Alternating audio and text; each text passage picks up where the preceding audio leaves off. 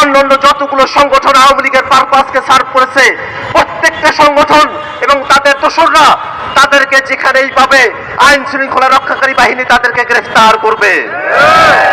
বাংলাদেশের জনগণ স্পষ্ট করে জানিয়ে দিতে চায়, গত 16টা বছর ধরে বাংলাদেশের মানুষের ভোটাধিকার কেড়ে নিয়ে আওয়ামী লীগ বাংলাদেশে যে ফ্যাসিবাদ তৈরি করেছিল, আওয়ামী লীগ যে পলিটিক্যাল ক্যাপিটাল তৈরি করেছিল, বাংলাদেশের জনগণের সম্পদগুলোকে বিদেশে পাচার করেছিল। আমরা স্পষ্টভাবে জানিয়ে দিতে চাই, আওয়ামী লীগের পাতানো নির্বাচনগুলোতে আওয়ামী লীগ এবং তাদের দোসররা যারা অংশগ্রহণ করেছিল তাদের সমস্ত সম্পত্তিকে বাজেয়াপ্ত করে দেশের কল্যাণে ব্যয় করতে হবে।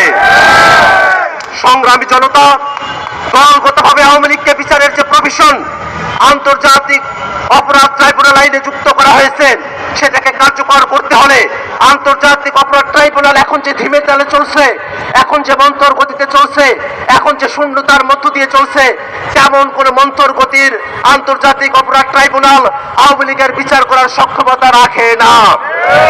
আমরা সরকারের কাছে আহ্বান রাখতে চাই, আন্তর্জাতিক অপরাধ ট্রাইব্যুনালকে পর্যবেক্ষণ করতে যে ধরনের ব্যবস্থাগুলো গ্রহণ করা প্রয়োজন অবিলম্বে আন্তর্জাতিক অপরাধ ট্রাইব্যুনালকে পর্যবেক্ষণ করতে সে ধরনের ব্যবস্থাগুলো অন্তর্বর্তীকালীন সরকার গ্রহণ করবে।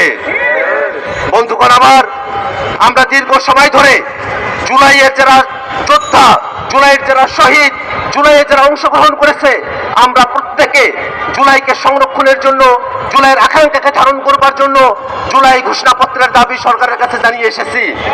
দুর্ভাগ্যের বিষয়, বিভিন্ন সময় সরকারের তরফ থেকে আমাদের কাছে সময় চাওয়া হয়েছে।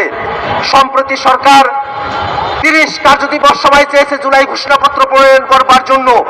আমরা সরকারের কাছে উদাত্ত আহ্বান জানাই যে 30 কার্যদিবস সময়ের কথা বলা হয়েছে, এই 30 কার্যদিবসের পরে 31 কার্যদিবসের যদি আপনারা চান তাহলে বাংলাদেশের জনগণ যেভাবে রাজপথে নেমে এসেছিল আবারও রাজপথে নেমে আসবে।